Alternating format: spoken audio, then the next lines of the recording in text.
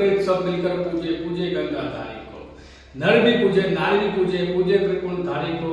सबको वर देते भगवान, नमन उस भंडारी को, नमन उस भंडारी को। मैं कालीचरण आप सभी का हार्दिक स्वागत करता हूं मेरे इस चैनल श्री महाकाली दरबार में।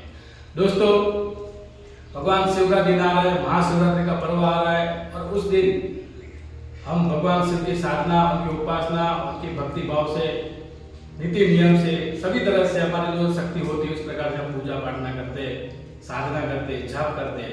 लेकिन आज मैं आपको वो मंत्र बताने जा रहा हूँ कि आप अब तक आपने आपके जीवन में जो भी साधना करी है, लेकिन उस साधना से आपके कर्म बंधन कटते नहीं है। आपको मोक्ष और मुक्ति प्रदान करने वाली मैं आज आपको साधना बताऊंगा। ये साधना करने से धन, धान्य, समृद्धि, ऐश्वर्य, वैभव सुख की तो प्राप्ति होती है, लेकिन अंत में जब हमारा प्राण छूट जाए तो मरने के बाद हमारी सदगति होती है और हम शिव लोक को प्राप्त करते हैं। ऐसा आज मैं आपको गुप्त मंत्र बताऊंगा और गोरखनाथ की गद्दी का मंत्र मैं आज आपको बताऊंगा। तो ये गुरुमुखी मंत्र है और ये मंत्र आज की तारीख में किसी भी YouTube चैनल के ऊपर या किसी भी किताब में आपने नहीं देखा होगा, नहीं कभी सुना होगा, क्योंकि ये बहुत ही गुप्त मंत्र है और गुरुगम्य मंत्र है। तो ये मंत्र मैं आज आपको पूरा बताऊंगा और पूरा विधि विधान के साथ बताऊंगा। तो इस वीडियो को आप अंत तक देखिएगा और अभी तक आपने मेरे चैनल को सब्सक्राइब नहीं किया है तो सबसे पहले मेरे चैनल को सब्सक्राइब करिएगा और बेल आइकन को भी जरूर दबाएं ताकि ऐसे नॉलेजेबल वीडियो की जानकारी आप तक पहुंच सके। तो दोस्तों, आज ये जो गिरिराज महादेव का मंदिर है, ये जो मंदिर है शिवलिंग है, बहुत पुराना मंदिर है और ये गिरिराज भगवान शिव का मंदिर है। तो उस मंदिर के अंदर में भगवान शिव के सामने आपको एक मंत्र और विधि विधान प्रदान कर रहा हो। तो ये बहुत ही अमूल्य मंत्र है और बहुत ही कीमती मंत्र है जिसकी कोई मूल्य नहीं है।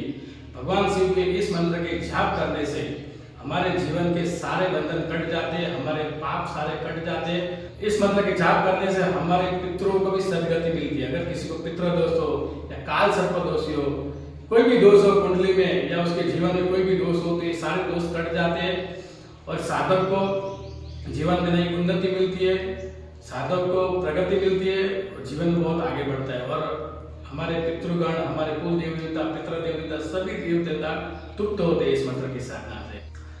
ये मंत्र आप महाशिवरात्रि के दिन सुबह पवित्र होकर नहा धोकर सुबह उसका जप करना है। दोपहर 12 बजे आपको इसका जप करना है और शाम के टाइम इस मंत्र का जप करना है। फिर जब शिवरात्रि होती है रात को, क्योंकि शिवरात्रि का जो महत्व होता है वो रात्रि का होता है, तो रात्रि में आपको चारों प्रहर जाग के इस मंत्र का आपको यथाशक्ति जप करना है, विधि विधान से जप करना है।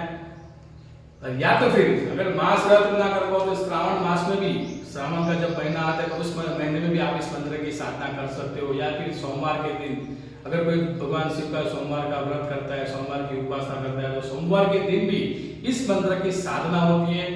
सुबह शाम इस मंत्र के जप करके आप इसकी साधना कर सकते हो, इसकी सिद्धि प्राप्त कर सकते हो। और ये मंत्र की साधना करने से आपको बहुत सी सिद्धि मिलती है, बहुत ही अमूल्य सिद्धियां मिलती है। अगर आप साधना से जुड़े हो, आप माता भगवती की साधना करते हो, महाकाली की साधना करते हो, भैरव की साधना करते हो, वेताल की साधना करते हो, या कोई यक्षिणी साधना करते हो, माता नैडी की साधना करते हो, माता चामुंडा की साधना करते हो, तो अगर ये मंत्र की आप साधना करते हो तो वो साधना में भी आपको बहुत सफलता मिलेगी। इस मंत्र की सिद्धि से आपको वो साधना में भी आपको जल्दी सिद्धि मिलेगी।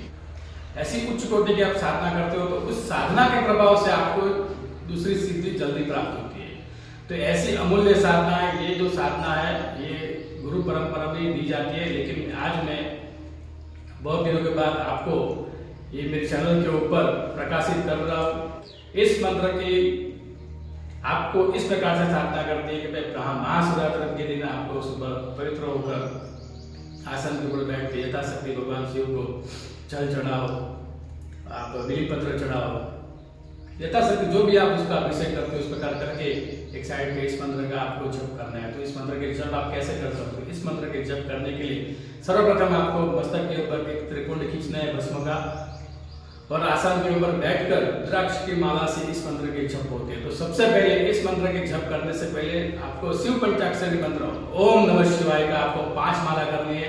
फिर इस मंत्र का आपको 21 बार जप करना है, केवल आपको 21 बार जप करना है। उसके बाद जप खत्म होने के बाद फिर शिव पंचाक्षरी मंत्र के आपको 5 माला करनी है। तो इस विधि विधान से ही आपको जप करने हैं। तो इस प्रकार से आपको जप करना है और भगवान शिव को भोग में आपको जो भी आप प्रसाद चढ़ाते हो उसका आपको भोग लगाना है, बराबर। और या आपको हवन भी कर सकते हो, और साधना खत्म होने के बाद आप 5 बच्चों को या ब्राह्मणों को भोजन खिलाकर उसे तुप्त करके भगवान शिव का आशीर्वाद प्राप्त कर सकते हो। इस मंत्र के आप ध्यान से सुनिएगा और समझिएगा, क्योंकि मंत्र के अर्थ को आपको समझना बहुत ही जरूरी होता है, क्योंकि जब तक आपको अर्थ नहीं पता है कि आप क्या छाप कर रहे हो तो इसका कोई महत्व नहीं है। तो इस मंत्र को आप ध्यान से सुनिएगा और समझिएगा इसके शब्दों को। तो अब मैं आपको मंत्र बता रहा हूँ। ओम नमो आदेश गुरु को ओम सोहम अपरंपारा सोहम मंत्र से हुआ प्रकाशा ओमकार रूप निराकार रूप ओम शिव शक्ति संपूर्ण दिन भुवन में तुम्हारी बात जो नर करे साधा दिन रात वो नर का शिव लोक में वास शिव मंत्र हृदय धरे तो आवन जावन का फेरा टळे भंडार देवी लक्ष्मी परे चोखा बिली चंदन जल चढ़ावीने लागू पाए संभूत रूटे नव न देताय आप अलग पुरुष महादेव तुम भी ना मिले कोई ने रिद्धि ना मिले सिद्धि शिव आला सर्व सिद्धि अंते मोक्ष पावे तो अलग पुरुष आपो आप आवे शिव मंत्र संपूर्ण भया तो नवनाथ 84 सिद्धों में बैठकर गुरु गोरखनाथ गया अलग निरंजन सदगुरुदेव को आदेश आदेश आदेश। तो दोस्तों ये मंत्र था, ये बहुत ही अमूल्य मंत्र है और बहुत ही गुप्त मंत्र है, एक गोरखनाथ की गति का मंत्र है।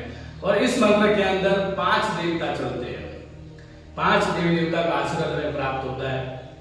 सर्वप्रथम तो इस मंत्र में कहा गया है कि ओम शिव शक्ति संपूर्ण, यानी कि शिव और शक्ति दोनों का इस मंत्र के अंदर उल्लेख किया गया है, दोनों की उपासना बताई गई है। ओम शिव शक्ति संपूर्ण तीन भुवन में तुम्हारी बात। शिव मंत्र हृदय धरे तो आवन जावन का फेरा टळे, यानी कि इस मंत्र को आप प्रेम पूर्वक भक्ति भाव से इसके जाप करते हो भाव से तो लग 84 में से भी हमें मुक्ति मिल जाती है। भंडार देवी लक्ष्मी पर, यानी कि माता महालक्ष्मी का भी हमें आशीर्वाद मिलता है, उनकी कृपा से हमारे घर के रिद्धि सिद्धि भंडार धन धान्य समृद्धि की वृद्धि रहती होती है। और देवी लक्ष्मी के आगे भगवान गणेश का वास होता है, जहाँ भी देवी लक्ष्मी होती है वहाँ आगे गणपति होते हैं, तो गणपति देव का भी हमें आशीर्वाद प्राप्त होता है। और गुरु गोरखनाथ का भी हमें आशीर्वाद प्राप्त होता है। तो कुल 5 देवी देवता का हमें आशीर्वाद प्राप्त होता है, और महादेव का तो हमें आशीर्वाद प्राप्त होता है, उनकी भक्ति प्राप्त होती है, और अंत में हमें मोक्ष की गति मिलती है। और इस मंत्र के जप करने से हमारे पितरों को भी सदगति प्राप्त होती है। तो ऐसा अमूल्य मंत्र है। तो इस मंत्र का विधि विधान मैंने आपको बताया है। तो इस मंत्र की साधना करो, महाशिवरात्रि के दिन भी कर सकते हो, चाहे तो आप सोमवार नॉर्मल दिनों में सोमवार के दिन भी कर सकते हो, और सावन मास में आप पूरा महीना भी इस मंत्र के जप कर सकते हो। तो इस मंत्र की साधना करो और भगवान शिव का आशीर्वाद प्राप्त करो। दोस्तों ये जो मैंने आपको जानकारी दी है, अगर ये जानकारी आपको अच्छी लगी हो तो मेरे वीडियो को लाइक करें और चैनल को सब्सक्राइब करें। और अभी तक आपने मेरे चैनल को सब्सक्राइब नहीं किया है तो मेरे चैनल को सब्सक्राइब करें और बेल आइकन को भी जरूर दबाएं, ताकि ऐसा नॉलेजेबल वीडियो की जानकारी आप तक पहुंच सके। तो दोस्तों भगवान शिव को प्रार्थना करता हूँ कि मेरे जितने भी व्यूअर है वो सब सुखी से रहे, आगे बढ़े और जीवन में आपको उन्नति मिलती रहे। तो दोस्तों अब मिलते हैं अगले वीडियो में, तब तक के लिए जय महाकाली, जय मां काली, जय गुरुदेव।